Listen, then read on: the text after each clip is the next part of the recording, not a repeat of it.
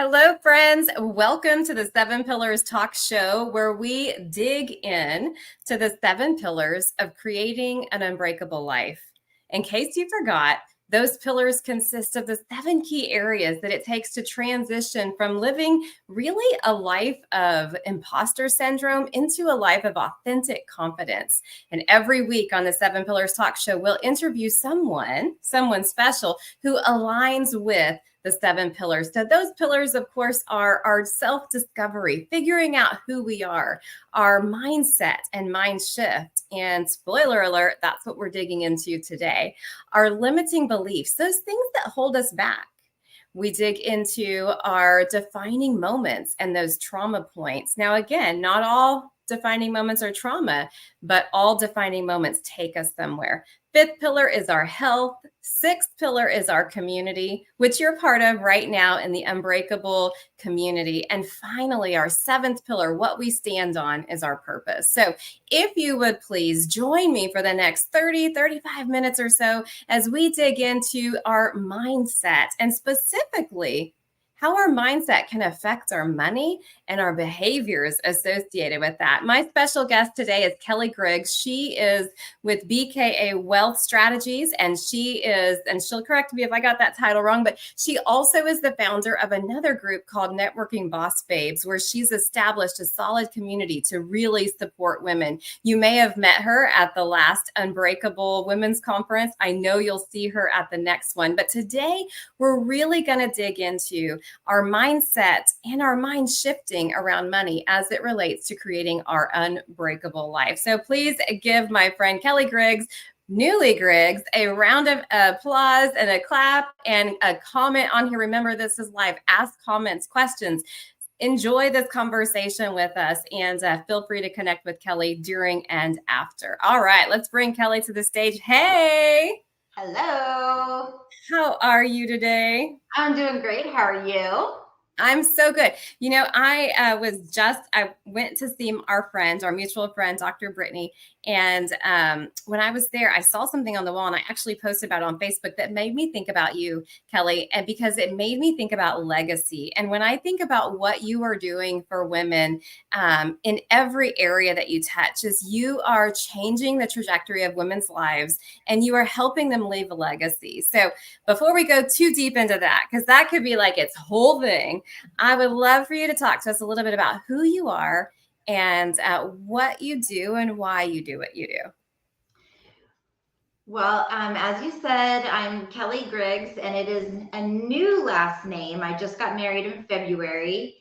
And so sometimes I say Kelly Freeman because I've been saying that for a very long time.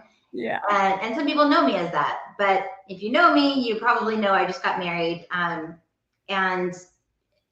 that's a part of the journey and the story as well. There's no way that I'd be where I'm at right now, including this beautiful marriage to this amazing man, had I not gone through some other not as fun stuff. But I learned from it. So I think that's a lot about what you bring to your audience and to your clients is the bad doesn't always mean it's bad if you can take good from it. Absolutely. Yes. That is so true. I was at your wedding. I loved your wedding, and I loved it's just watching your relationship unfold. But you're right. It was a learning process and developing process. And then look at where you're at today. And I love it. And he got a winner. I'm just saying that. Right. Yeah, you're so welcome. Well, Kelly, I know prior to being in financial services, you were a school teacher. And as I think about mindset and mind shifting, I'm sure, like 100% confident that was a huge mind shift. Like, you went to school to learn the educational world, right? And of course, with our age group, we always learned you go to school, you pick a career, you do the career that you went to school for, you retire from that career, and hopefully you make enough money to pay your bills. No. You did, my friend, some major mind shifting after some life happened. Can you talk a little bit about that journey? Yeah, sure. It is funny. And I tell my daughter now who's 20, like, it's okay. If you don't know what's going to happen next, that's okay. Are you learning from what you're doing right now? She is getting ready to graduate with an aviation degree. And she's like, I don't think that's a field I'm going to go into. That's okay. Did you learn from it? Do you have something that you can show for that? 4 years of learning, you know, and sometimes it's a box you have to check off. Right. And as hard as that is to say that about college, I mean, you can start back and say, you know, a high school diploma, is that a box you need to check off? Sometimes, yeah. You know, I mean, there's some things in life that we just have to do. I don't think everybody has to have a college degree by any means, but for my daughter's trajectory, it made the most sense for her. And it's okay if she goes down a different path. Like, this is what life's about. You have to learn, you have to grow. If I stayed in the path, like you said, I was supposed to be, or that I thought I was supposed to be, oh my gosh, I don't even like to think about that. Right. I loved teaching. I loved it. I was good at it. I enjoyed teaching children. I got 2 master's degrees. Wow. So, you know, return on that investment, right? But then I'm like, you know, yeah, it was. I learned a lot. And what I'm doing now is still educating. It's just a different audience. So, gosh, yeah, where do I even start? The snapshot, little quick version is, I thought teaching would be my one little path. I would take that, I would retire, and it would be okay. I would make life be okay. Because I was barely hanging on. Financially, personally, I was barely hanging on. I was a single parent. I was the mom and the dad. You know, there's nobody else in the picture for almost 18 years. It was just my daughter and I, and it was rough. And the story I told myself was, you're just a single parent. You're just a teacher. Like, you're just doing the best you can. Like, you can't do any better. Like, you're going to be broke. You're going to be, and I had this terrible recording in my head. Until I learned, and you know, we know from a lot of other things in life that typically it takes something major that will either shock you out of the ordinary, where you finally, you know, take your head out of the sand, or it's enough that you start to pay attention. And that's what I needed. I found out that my pension, my teacher's pension, was insolvent. And I just was like, excuse me, what? I had to put money into this account. I had no option. And I needed, every dollar was needed. And now it's gone? I don't even understand that. And that was my only thought of for the future. And so that's what led me down the financial trajectory. I just needed to understand it. I didn't know how that could happen. And once I understood it, like, oh, there's this thing called mismanagement. You know, there's this thing called market cycles. And if you don't manage appropriately for market cycles, you're going to have a problem. And there's such a thing as projecting, and there's such a thing as asset allocation, and all these things that I learned in the financial world that I had no idea about.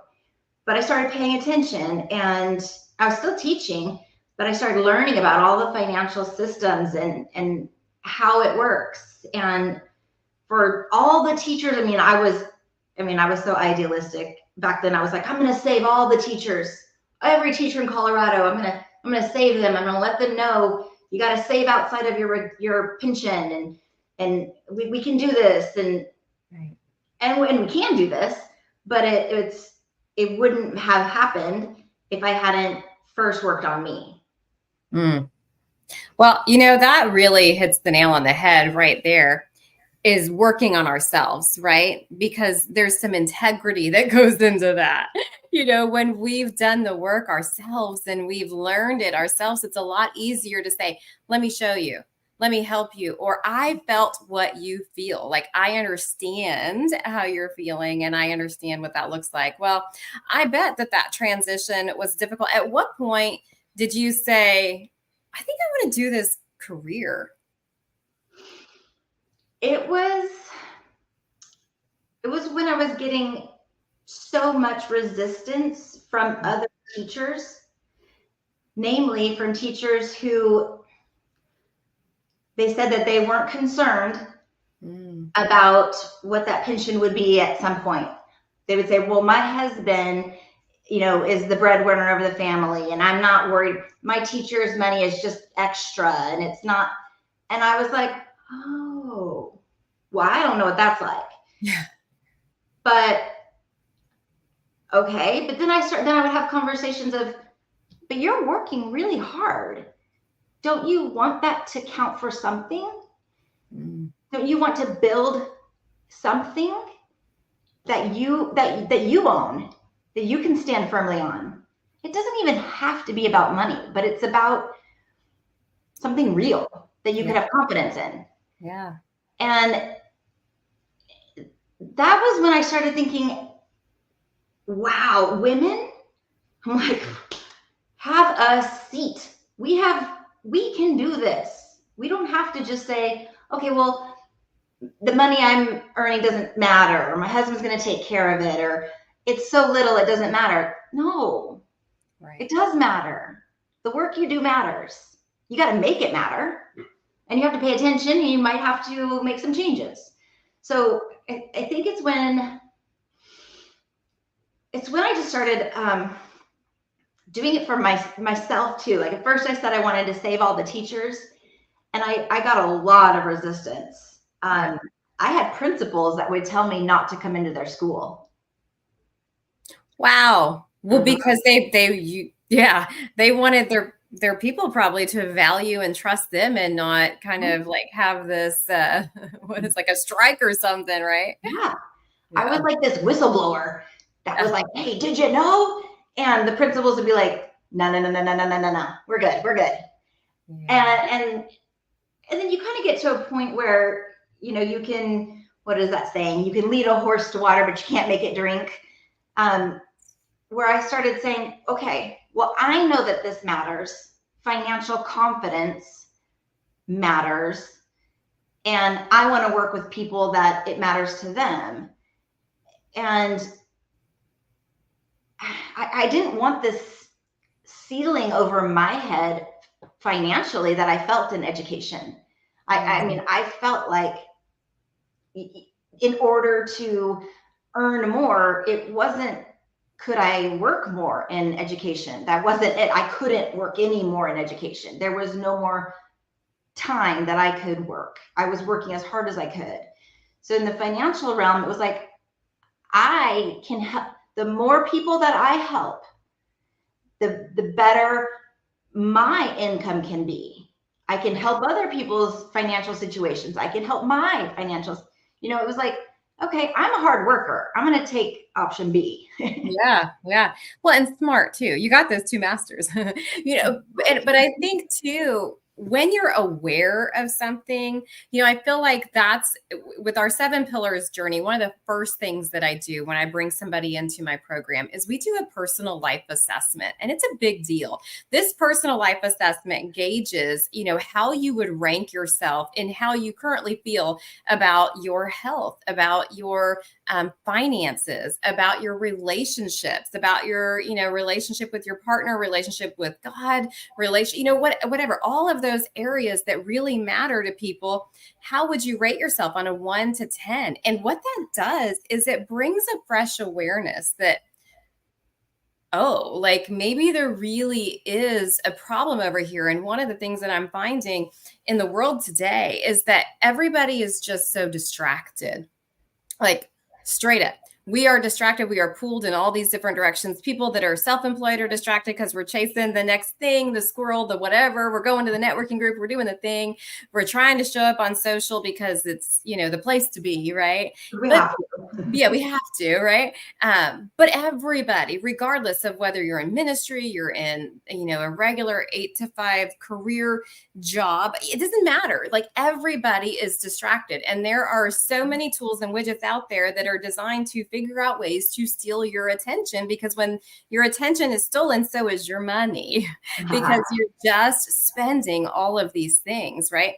And as we're coming out of the pandemic, people are starting to wake up a little bit, but it's like that slow wake up of that giant bear, right?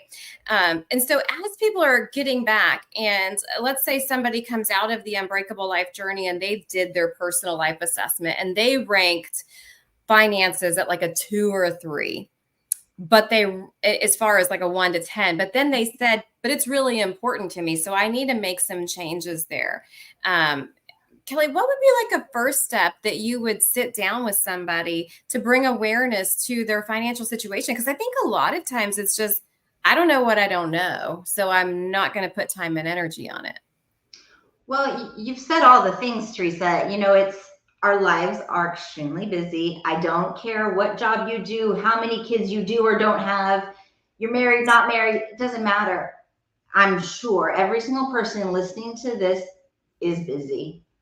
Right. So if somebody says to me, I know finances need to be important, but I don't know where to start, I say, start with what money goes out, what money comes in. Mm-hmm. Are you maximizing the money that comes in? Because sometimes one thing we can do in our financial situations to improve them is to earn more. Sure. But that's not always something you can do right away. Right. So, what can you do? Can you utilize what you are earning in better ways? And I co-authored a book recently, and in the chapter I really talk about how it was called 5 at a time, and it's like even $5 at a time. Right. It matters. It changes. It adds up. So that's what I did as a teacher. I was like, I don't even have any nickel to pinch or anything. But guess what? I did. I figured it out. I started being thrifty in ways that gave me also enjoyment. I started redoing furniture. And I just would buy stuff. Back then it was Craigslist. So I would buy furniture on Craigslist, and this is what was led because I bought my first house, and my first house was a total fixer-upper. It needed some help. And I was like, well, I'm going to do it. So I got a saw. I learned how to, I made my own shelves. I made furniture. I made the house work for my daughter and I. And then it was like, oh, I like this. And so I started doing some furniture, nothing major by any means. But it was that, go back to that, just $5 at a time. Yeah. Once that started, I was learning all these concepts of financial concepts, like, in order to make money grow, you've actually got to save something. Nothing's going to grow if nothing's planted. So, right. So I started with literally $5.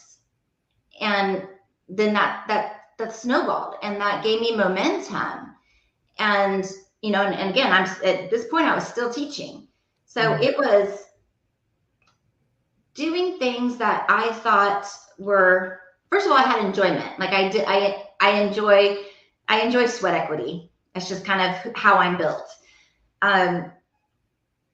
But everything I did mattered, and I was very purposeful about where every dollar went.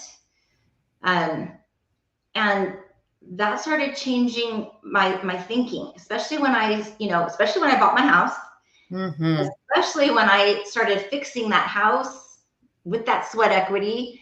And all of a sudden it was like, oh, this is a really pretty house.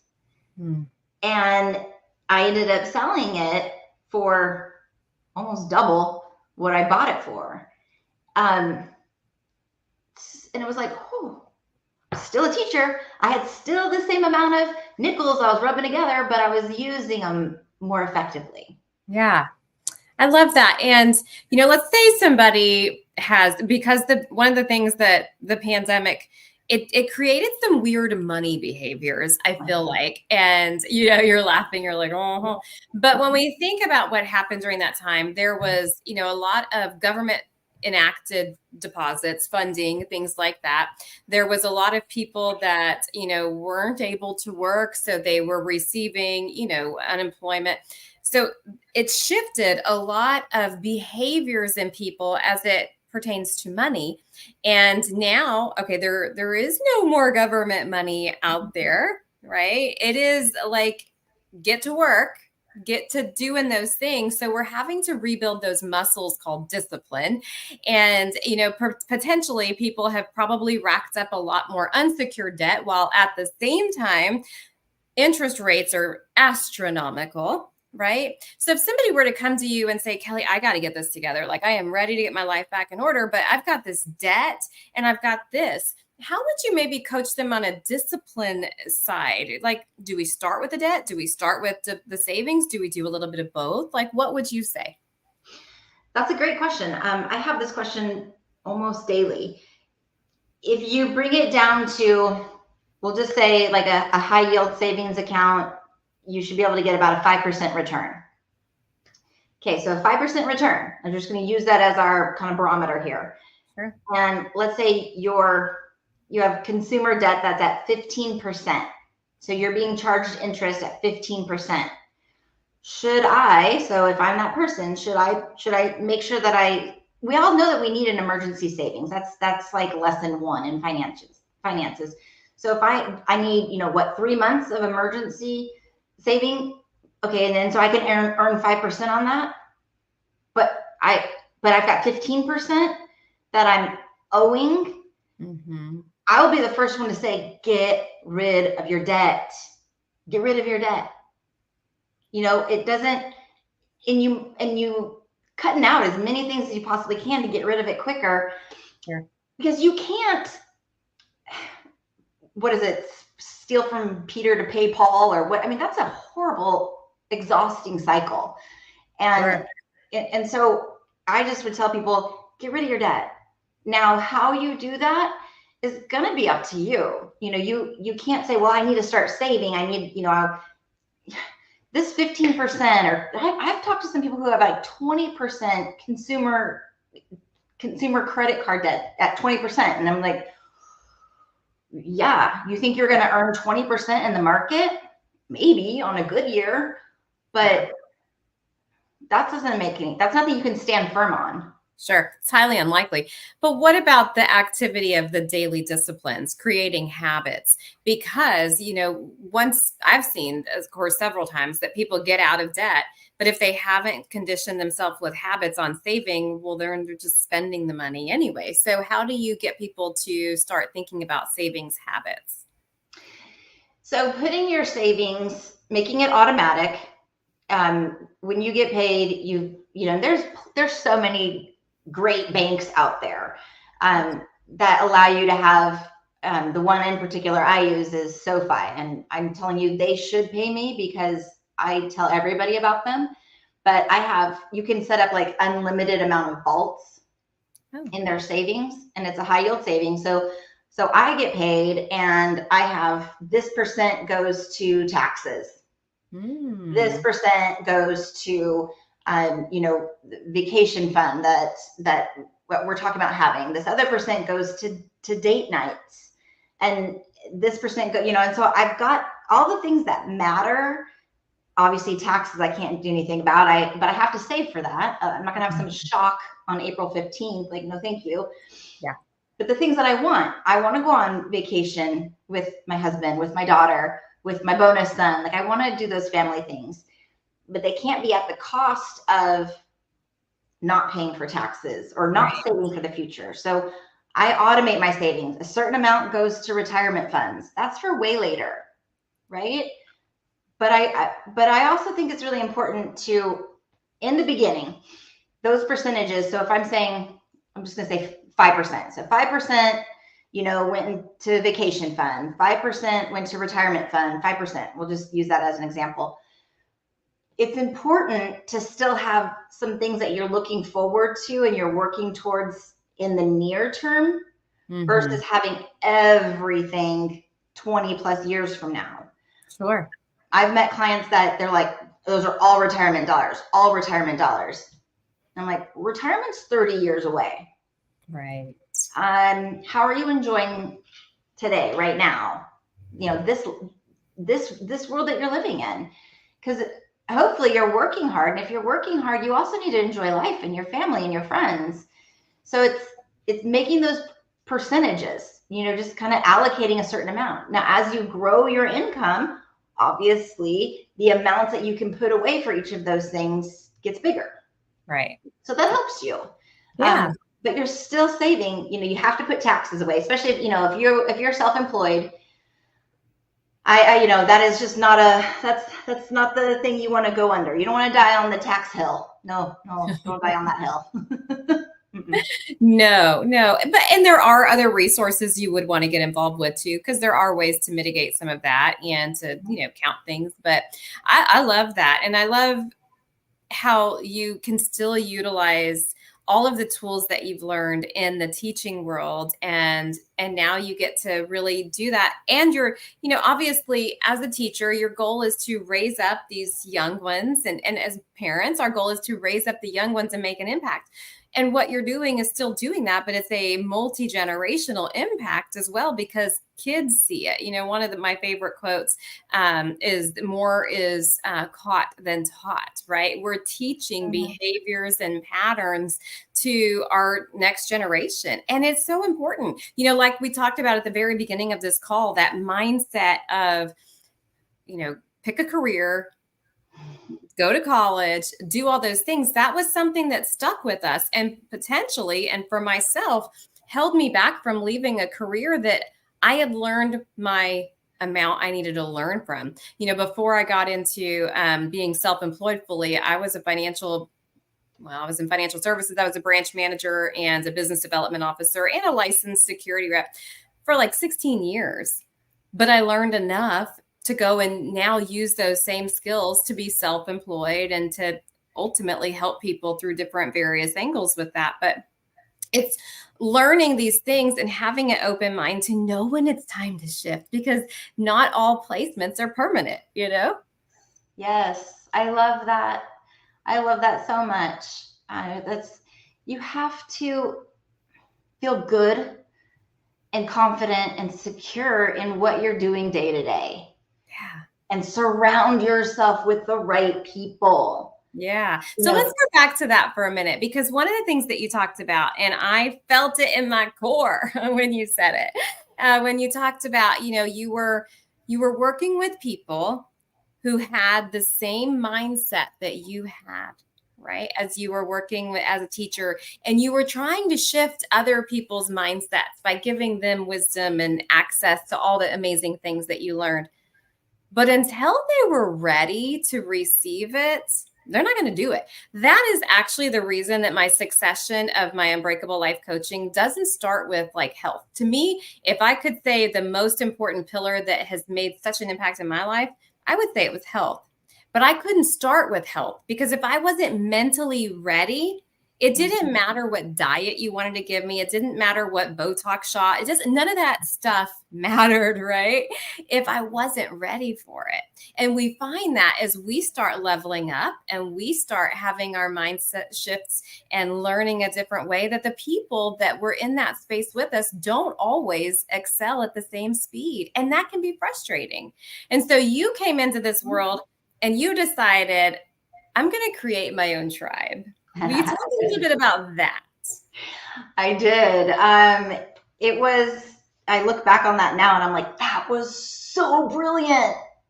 I am so happy I did that. I mean, it led to the people I'm surrounded with to this day. That was 7 years ago. Yeah. And was it 7? I mean, we're going on 7 years. And just, thank goodness. I knew my daughter and I moved from Colorado to Texas. And I had already decided that I was done teaching elementary kids. I was like, we're done. We're done with this. I just felt like the world was my oyster in the financial sector, where I'm like, there is so many people. Teachers were shutting me down. They didn't want to hear, and some of it was doomsday. It was truth, but it was like, hey, your pension might not be there. You might not want to put all those eggs in that one basket. Right. And then after a while, it was like, you know what? All right. Who else wants to hear about how to create a solid financial foundation and making sure that they're not putting all their eggs in one basket, So when my daughter and I moved to Texas, I thought, oh my God, how am I going to do this? I don't know anyone. I'm going to start over from scratch again. Yeah. And I knew that I didn't have time to waste. Like I said, I was a single parent. It was just me. So it was like, you got to make some income. And I knew that who you surround yourself by is who you become and how you're successful. If you surround yourself with successful people, and I'm talking about different areas. I don't surround myself with people all the people that I'm with doesn't mean that they're successful in finances. Sure. But they're successful in their own ways. Right. That we all kind of lean together and we lift up together. The people I surround myself with have huge goals, huge dreams, and they're not scared, or they might be scared. I mean, let's be honest here, but they're going to do it anyways. Right. One of my analogies I use for the networking group that I created, I'll say, I needed to be, and I was like, I was just out. I got to Texas and I said, I just started running on the highway. Like I didn't even stop or pause or like, what do I need to do? Do I need to how? I was just like, run, go, work, let's do this. Who needs your help? Find them and help them. And then I said, well, I want to surround myself with other people who are doing that in their own industry. And it made sense to me, because if you're running, and we'll just stay with that analogy, if you're running, there's going to be times when you hit a pothole, right? It's going to happen. You get tired, out of breath, whatever it may be. Well, if you're in a pack, somebody else can help you get up out of that pothole. Somebody else can loan you their water. Somebody else can, come on, you got this. We're almost there. Let's go. And when you're in a group of many people who are doing that for each other all the time, how can you not win? Right. You're going to win, and everybody around you is going to win. And winning means something different to everyone. Absolutely. Yeah, absolutely. I love that. And, I think of our amazing group that you created. I'm so grateful for. And I'm grateful for my friend Kanish that introduced me to you. Yes. And that was, 5 or 6 years ago, which is incredible, incredible. And I think of, even the journey. So since I've known you, you've been on the same path. Since you've known me, I've kind of evolved in my journey. And what I think that's so cool about what community does, and this is like a psychology thing, so bear with me for a minute, but it's part of my 5, the 7 pillars it's a 5-tier pyramid that I think about all the time, and it's Maslow's hierarchy of needs. And, on our own, we can live and breathe and we'll find suitable shelter. And that's what we were doing. We were in survival mode, and post-pandemic, we're in survival mode. You, with that job that you were, like you said, rubbing nickels together, that was survival mode. Oh, yeah. But when we see past survival and we want to get to discovery and impact and purpose and all of those beautiful words, there is a layer that we must enter in order to get there. And that layer is called community. So whether your community is a networking group like this beautiful one you created, or maybe it's a church group, or it doesn't matter. Wherever you find community, what community allows you to do when it is the right-minded people is it allows you to grow and to try things that maybe you wouldn't have normally tried. And it helps give you the confidence as you're trying, because you're not alone. Falling isn't so bad if you've got, extra hands to lift you up. If it's just you on that concrete, ow, right? Yeah, well, and there's growth in vulnerability. Mm-hmm. So if you allow yourself to not be, I am not great at everything. Right. Yeah. But I'm going to go find who's great at this. Okay. Well, I would like your insight and your help, because I want to improve. I may not become an expert at, we'll say, like, I'll use health insurance. So if I need to know, that's a huge financial risk that my clients could have if they don't have health insurance coverage. Right.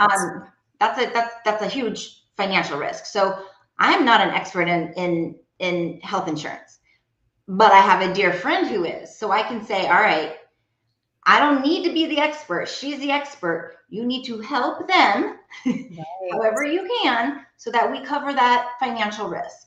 Right. And it would be so sad to do it all alone. I was just having a conversation this morning with my business partner, Eric Boyce, who is the owner of Boyce and Associates Wealth Consulting. And we rebranded. I know, and you said at the beginning, you said she'll correct me if I was wrong, but it actually flows right into this conversation perfectly. I joined his RIA firm, it's Registered Investment Advisors. Very small. It's completely different than being in a big broker dealer, which is where I was at before.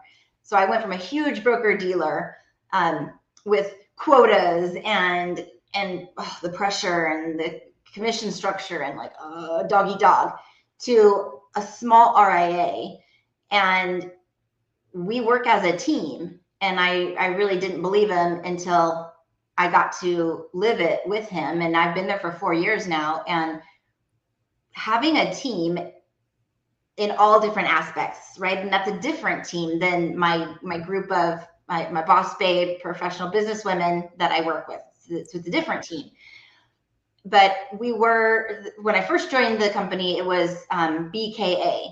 And then he bought out his other partner and rebranded to be Boyce and Associates. And it's a name change, but that whole rebrand, yes, rebrand. You can reinvent, you can change, you can improve.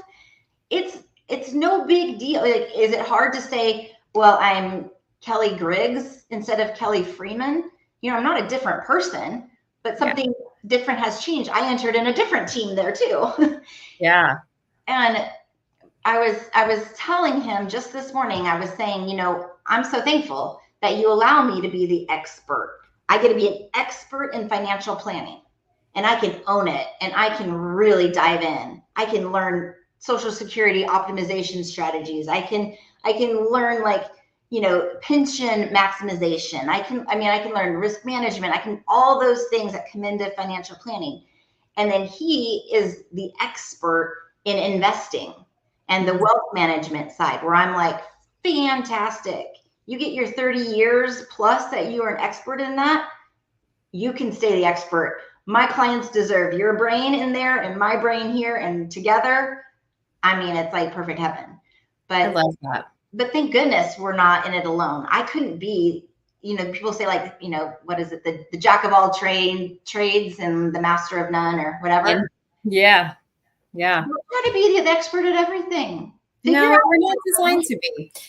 Actually, the way we're created, there's a reason that we're all different, that our personality traits are different, that our skill sets are different, that I'm blind essentially, but I have a really good nose. There's reasons that we're made this way, so that we can support one another. However, sometimes it means that we have to get out of our own way and embrace the support of one another, like you said, because that's a challenge. Pride a lot of times says, step back. But if we can embrace one another, it is incredible what you can accomplish. So I love how that process has shifted. And I love seeing, businesses rebrand. I had this friend, I've had her for many, many years. Back when I was in banking, I think she was probably one of my first business banking clients. That was a long time ago. And she had this book that I think it was called like a client a day or something like that, but it was copy a day essentially. And she really talked about the power of getting out and meeting people. But one of the things she really showcased in her book is she said, you should be unrecognizable in 5 years. Like every 5 years, you should look different.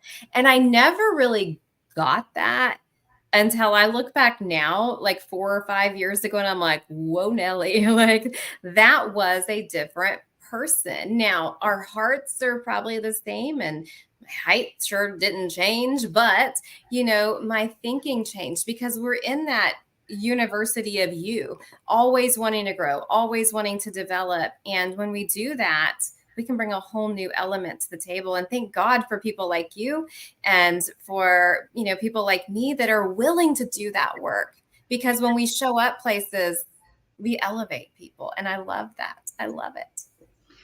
Well, I hope I'm not extending the time here, but I have to tell you what you just said is there's another book that I'm reading. It was recommended to me by one of Texas Women in Business, actually the president of Texas Women in Business. She and I were having a conversation a couple of weeks ago, and she said, oh, I'm reading this book called The Gap and the Gain. And I'm like, talk to me about it. And I don't even know what started our conversation, but I make sure that I go and put myself in situations of, she's an expert in an entirely different field, but we're both business owners and we both are in charge of our lives, right? So we have these conversations that matter. And she said the gap and the gain is, and you would love it. So it's, the gain is like, this is where I want to be. It's like your ideal. I want to be financially free. Okay. I want to have enough money that if I don't make any more money, I am good. Or I don't have to, I can quit my 8-to-5 job or whatever it may be. But, let's say here's this ideal. And here's your starting point. Okay. Well, I don't know how long that's going to take. It's going to be different for everybody. But let's say 5 years, like what you just said, I love that. 5 years, you should be unrecognizable. Well, have I, get my hand in the screen there, have I met my ideal of being like financially free in 5 years? No, I'm only here. And it's like, I'm only here. I'm not there yet. Like, you can not appreciate how far you've already come. Mm. And this book is really helping me. And it's it helps in any different situations in life. Like, again, I'll go back to my daughter. She's a senior in college right now. And she's like, I don't know what I'm going to do. And I'm like, that's okay. You're almost done with college. Right. Are you past your starting point? Are you getting ready to check off another huge box in your life? Yeah, you're far. You've gone far. You're not here yet. That's okay. But what can you enjoy and appreciate about where you're at right now? Right. You want to still keep moving, but you have to enjoy and be thankful and understand how far you've come. And I have to say, I have watched you, and I have said this to many people lately, but I don't think I've said it to you. I just sit back and smile when I see you these days. I'm like, man, you your vision is huge. And instead of taking one path to get there, you recreated how you're going to get there, what you're going to do with your life. And it is the humbling, it's humbling to say, okay, I'm going to start something new, but it is refreshing and amazing to see someone do that. And the power that is, it's beautiful. Oh, thank you. Well, let me tell you, when you make a decision just like you did, yes, when you make those decisions and you have the weight of indecisiveness off of your shoulder, you can run a lot faster. You can see a lot farther and you can become a lot greater. I mean, I just feel like that is so, so true. And sometimes we have to let go of things. Sometimes we have to let go of expectations or boxes. You know, you're talking about a great box of checking for accomplishment and stepping up like another step. But sometimes those limiting beliefs are those boxes that we put around our potential, a different kind of box that holds us down. And so in coming from you, I mean, that just makes my heart melt. So thank you for saying that because it feels so right. But I will tell you, the weight of indecisiveness is crushing and the freedom of a decision will take you far. So, and I hope that everybody that watches that will take heed of that because I know everybody has these decisions or these goals or these ideas on their heart. And maybe they don't know how to get there. And part of the 7 pillars and why we do the 7 Pillars talk show is to give you people like Kelly. And last week I interviewed Mary Parker, and the week before I interviewed my great friend Julie Smith that does DISC personality assessments that really helps us understand and embrace the uniqueness of ourselves and how amazing we are and that rock star within us.